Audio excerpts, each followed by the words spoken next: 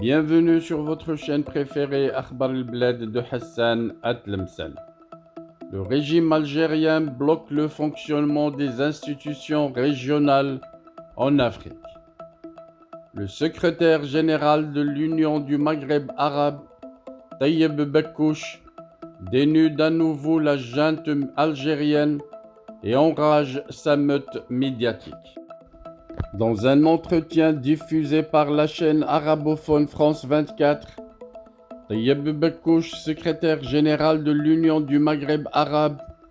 a clairement pointé du doigt, exemple concret à l'appui, le blocage que l'Algérie ne cesse d'opposer au travail de l'institution régionale qu'il dirige depuis 7 ans. Le franc-parler du diplomate tunisien lui a immédiatement valu une volée de bois vert de la part des médias de la junte algérienne. Le Tunisien Taïeb Bekouch est un Maghrébin convaincu. Cet ancien syndicaliste, professeur universitaire en linguistique, plusieurs fois ministre, dont une fois chef de la diplomatie tunisienne entre 2015 et 2016, est toujours président honoraire de l'Institut arabe des droits de l'homme, s'apprête à quitter le secrétariat général de l'Union du Maghreb arabe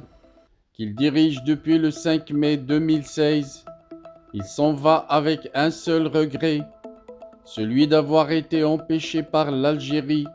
de mener à bien sa mission, celle de faire avancer, ne serait-ce que d'un iota, la construction maghrébine. C'est ce sentiment qu'il a clairement exprimé lundi 1er mai lors d'un entretien avec la chaîne arabophone France 24. Dans cette brève sortie médiatique d'environ un quart d'heure, il s'est surtout exprimé sur ses récents démêlés avec la junte algérienne suite à la nomination de la diplomate marocaine Amina Selman en tant que représentante permanente de l'UMA auprès de l'Union africaine. Il s'est surpris d'avoir appris à travers la presse la réaction qu'il qualifie de tempête dans un verre d'eau de la diplomatie algérienne s'opposant à cette nomination. La seule réaction officielle, précise-t-il, qu'il a reçue est une note venant d'Addis Abeba et signée par l'ambassadeur d'Alger auprès de l'Union africaine. Sur France 24, il a à nouveau défendu la légalité de sa démarche, car selon lui, le principe de la nomination à ce poste est acquis depuis 2018, quand les 5 États maghrébins y ont donné le feu vert lors du sommet de l'UEA à Nouakchott. C'était suite à une demande du président de la Commission africaine, Moussa Faki.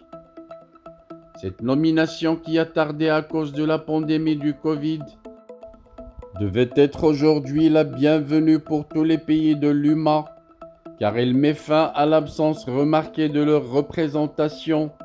en tant que communauté économique auprès de l'Union africaine, alors que les 7 autres communautés économiques régionales du continent y sont représentées depuis longtemps.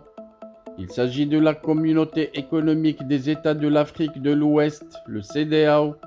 la Communauté économique des États de l'Afrique centrale, le CEEAC, la Communauté de développement de l'Afrique australe, le SADC, la Communauté d'Afrique de l'Est, le SAE, le Marché commun de l'Afrique orientale et australe, COMESA, la Communauté des États sahélo-sahariens, CENSAD, et l'Autorité intergouvernementale sur le développement, IGAD. Bekouch a aussi justifié la nomination de la diplomate marocaine par le fait que l'UEMA, étant une communauté économique régionale, c'est le Maroc, dépositaire de la gestion des affaires économiques de cette instance, qui est naturellement habilité pour le représenter auprès de l'Union africaine. Bien que son deuxième mandat de 3 ans ait effectivement expiré depuis le mois d'août dernier, comme ne cessent de lui reprocher les médias algériens, Taïeb Bekouch est toujours est légalement secrétaire général de l'UMA tant que son successeur n'a pas été désigné. C'est ce que lui ont d'ailleurs signifié son pays d'origine, qui a l'exclusivité de ce poste, et le Maroc, où se trouve le siège permanent de l'UMA, lorsqu'il a voulu présenter sa démission à la mi-novembre 2022. Cette affaire de mandat ne signifie d'ailleurs absolument rien, puisque le prédécesseur de Bakouche, à savoir son compatriote Habib Ben Yahya, est resté durant 3 mandats successifs à la tête de l'UMA du 1er février 2006 au 5 mai 2016, en plus d'une autre année dans l'attente de la nomination de son successeur, sans que l'Algérie ne remette en cause sa qualité de secrétaire général de l'UMA. L'Algérie, rappelle Bakouche, est le dernier pays à pouvoir parler de l'égalité ou s'opposer à la nomination de la diplomate marocaine, car non seulement Alger a retiré à partir de 2016 tous ses diplomates accrédités auprès de l'UMA, mais aussi depuis cette date, le régime algérien n'a plus versé le moindre sou dans les caisses de l'organisation maghrébine, laissant sans vergogne au secrétariat de l'UMA le soin de payer les salaires des fonctionnaires algériens. Pire, il a coupé les ponts avec le secrétaire général de l'UMA et n'a même pas daigné accepter que l'UMA soit invité au dernier sommet de la Ligue arabe tenu à Alger en novembre dernier, bien que le secrétaire général de la Ligue des États arabes ait adressé une invitation personnelle à son homologue de l'UMA. Interpellé sur le dossier du Sahara, Bakouche a affirmé que ce n'est pas le vrai problème qui bloque le processus de l'intégration maghrébine, comme certains ont tendance à le croire, mais que c'est l'inexplicable intimité de l'Algérie envers le Maroc qui en est la principale cause, car l'UMA a été créé en 1989, alors que le conflit du Sahara a éclaté 15 ans plus tôt en 1975, affirme-t-il. Il a regretté que ces multiples tentatives de rapprocher les deux grands voisins maghrébins, en mettant entre parenthèses le conflit du Sahara, aient échoué à cause de la surenchère algérienne qui est allée crescendo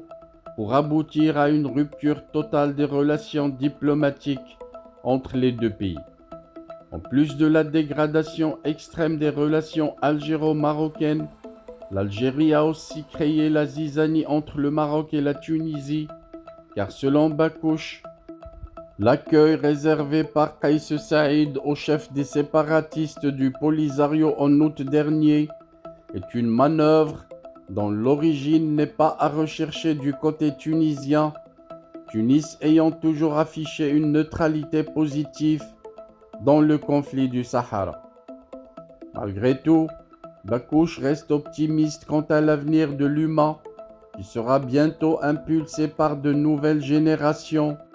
c'est-à-dire quand les gérontocrates algériens auront dans les toutes prochaines années, voire moins, élu domicile dans les cimetières.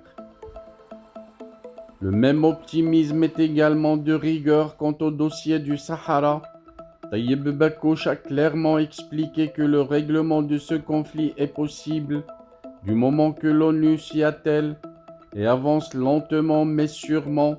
dans le bon sens, celui d'une solution politique.